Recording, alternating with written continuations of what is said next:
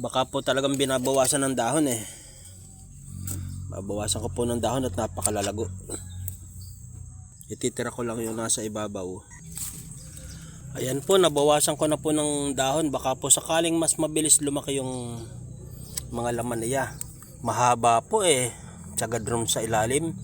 Kailangan na lang po niya na tumaba ng konti. Magandang araw po mga ka-garden. Ipapakita ko po sa inyo na aking magtatanim ng labanos o radish. Ito po yung seeds niya.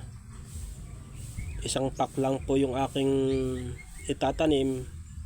At ipapakita ko po sa inyo kung paano ang pagtatanim ng labanos sa container. Sa container lang po papalakihin. Nagmix po ako ng 2 dakot ng loam soil, 2 dakot ng loam soil, 2 dakot ng coco peat at 1 dakot ng ipa. At minix ko po na ganito. Ayan, ganyan na po ang mix niya. Katamtaman lang po yung 2 loam soil, 2 coco peat at 1 binulok na ipa. Kaya hindi po madami ang kanyang ipa, katamtaman lang po. At kalambutan lang po yung kanyang mix. Tapos po inilagay po dito sa cup. Tutusukin ko lang po ng daliri. Medyo siniksik ko po ng konti. Yan, tinaktak ko. Tinaktak ko po na ganoon para masiksik. Para paglalagay po ng seeds, hindi po masyadong lulubog. Isa-isa lang po ang lagay. Hindi ko na po dinalawa dahil kakaunti ang seeds eh. Kaya isa-isa lang po.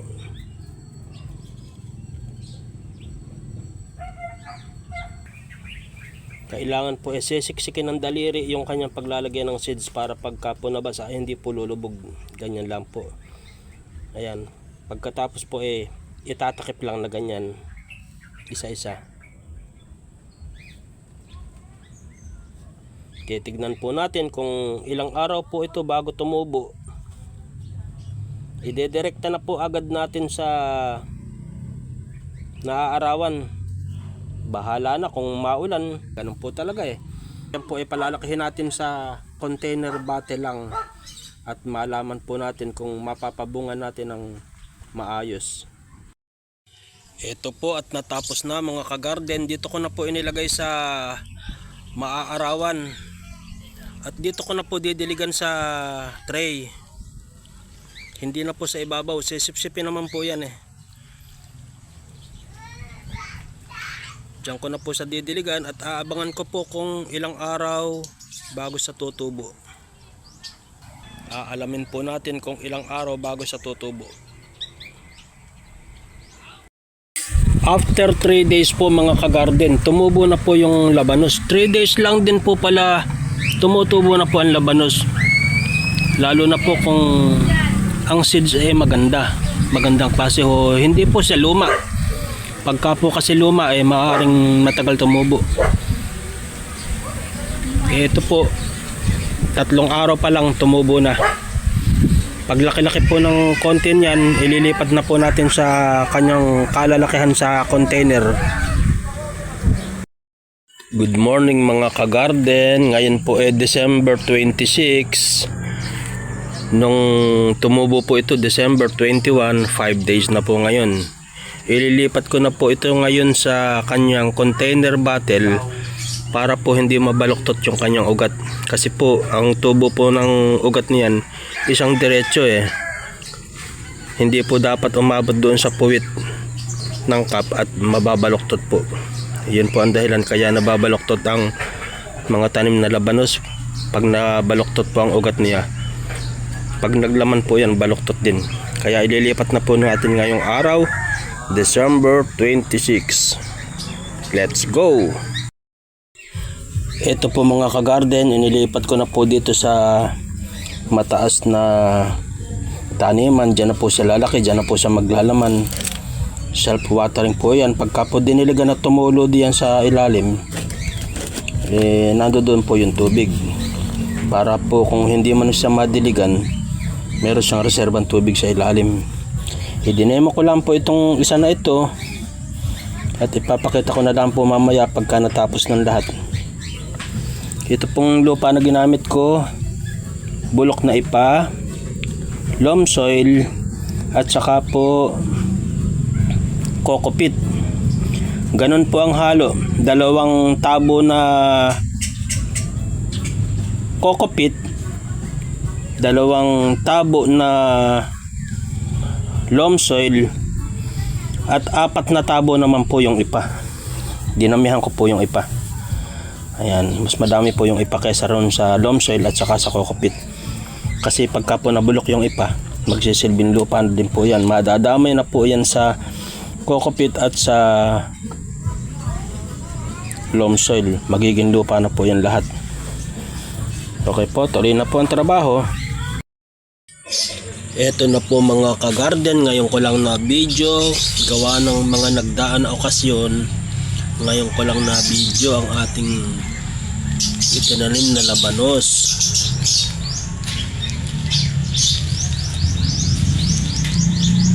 Pwede na siyang lagyan ng fertilizer. Ang lupa po kasi niyan ay maraming halong dumi ng manok, maraming organic na fertilizer. Ang pinapataba po ng organic fertilizer yung lupa. Pagkatapos yung lupa ang magpapataba sa tanim. Ngayon po susuportahan po natin ng kahit complete fertilizer po para lumakas-lakas. Lagi pang kulimlim kaya kulang pa sila sa sikat ng araw. Nababagalan ako sa kanilang paglaki. First time ko po magtanim ng labanos dito po sa ganyan container. Kaya wala pa po akong experience kung maglalaman ito ng maganda.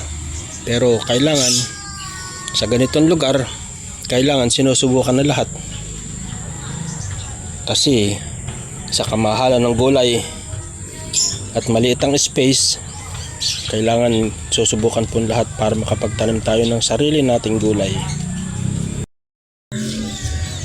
Magandang araw mga ka-garden. Eksakto pong 1 buwan ngayon, January 18, mula po sa seeds. Itong radish na to o labanos, naglalaman na po. Aantabayan na natin kung gaano kalaki ang ilalaman niya. Yan po, nag-uumpisa na po sa maglaman. Ganyan po pala ang radish. 1 buwan lang pagka maganda lupa, lalo na po kung naaarawan pa ito ng matindi. 1 buwan lang po pala talaga maglalaman na siya, mag-uumpisa na sa maglaman. Siguro po mga 2 weeks pa ito, malalaki na to. O di ibig sabihin 1 buwan at kalahati lang din pala ang labanos. Hanggang 2 months pwede nang anihin lahat.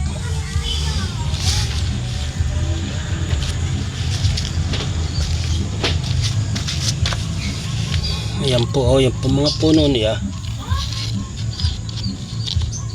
Bunga na po yan, lalaki na po yan. Hindi lang po siya masyadong naarawan dito. Wala na po kasing space na lantad sa araw, kundi itong bandang ito. Okay po, abangan lang po uli natin after 2 weeks pa.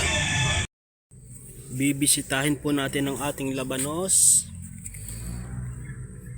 Uy, malaki-laki na ang laman niya. Malaki na payat. Maglalaman din pala kahit na nasa container siya. Siguro patatabain pa natin.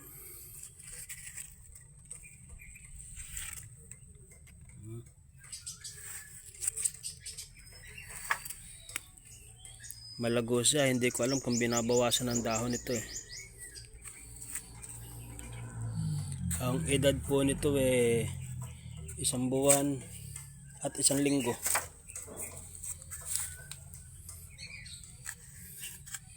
Isang buwan at 1 linggo.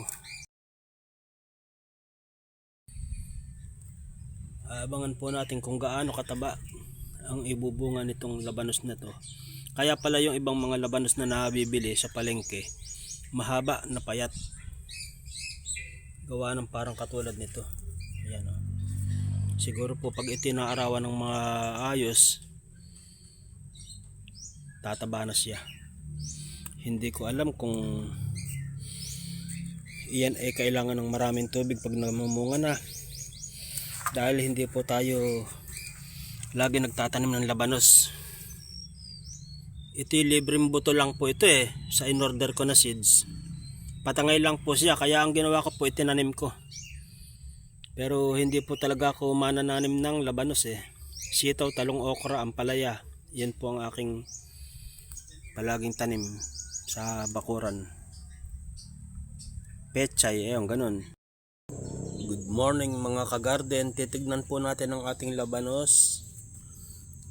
Ayan po, malalaki na po yung kanyang laman. Sinubukan lang po natin ganyan. Naglalaman din naman po pala, kung pambahay lang po pwede na yan. Isang dangkal. Ang gagawin ko po, babawasan ko po ng dahon. Baka po talagang binabawasan ng dahon Babawasan ko po ng dahon at napakalalago. Ititira ko lang yung nasa ibabaw. Ayan po, nabawasan ko na po ng dahon. Baka po sakaling mas mabilis lumaki yung mga laman niya. Mahaba po tsagadrom sa ilalim. Kailangan na lang po niya na tumaba ng konti. Dito po kasi sa lugar na to hindi talpak sa araw, kaya kulang sila sa araw. Pero kung yan po yung nakatalpak sa araw, mas maganda po. Pero naglalaman din po kaya po sa ating mga bakuran sa harap ng bahay, kahit po nasa container lang, kung meron po tayong seeds ng labanos, po pwede po nating itanim. Ito po medyo mahaba po yan, kahit na po payat yan ngayon, tataba po yan. Ilang ano lang, tataba na po yan. Yan po. Tutulak po yan pataas at lalaki po yung nasa ilalim. Yan po. Hindi ko na po siya didiligan kasi basa na po siya. Hihintayin ko na pong matuyo yung dahon bago ko po anihin. Kasi baka po hindi natin masyadong kabisado ang labanos kung matakaw sa tubig. Ngayon pa lang po tayo nagtanim. Sa susunod po alam na po natin. Okay po mga kagarden, meron pa po doon ayan Sa makatuwid, talaga pong makapagtatanim tayo ng nakakapagpabunga tayo ng labanos sa container. 7 liters po yan Basta po maganda ang lupa, malambot. Yan po bulok na ipa, loam soil, konting kokopit at konting buhangin na may kasamang durog na uling. Okay po mga kagarden, marami pong salamat. Ito po, 1 linggo lang po, baka po may makuha na akong mapili na ako na pansigang. At hanggang dito na lang po ang aking video. Masyado na po itong mahaba. At ayan po, naglalaman naman po. Patabain na lang po siya at hihintayin na lang po na po pwede na pong anihin. Ito po, konting taba na lang po ito po, pwede na pong anihin ito. Okay po, thank you very much po. Sana po ay mag-subscribe po kayo sa aking channel at marami pong salamat.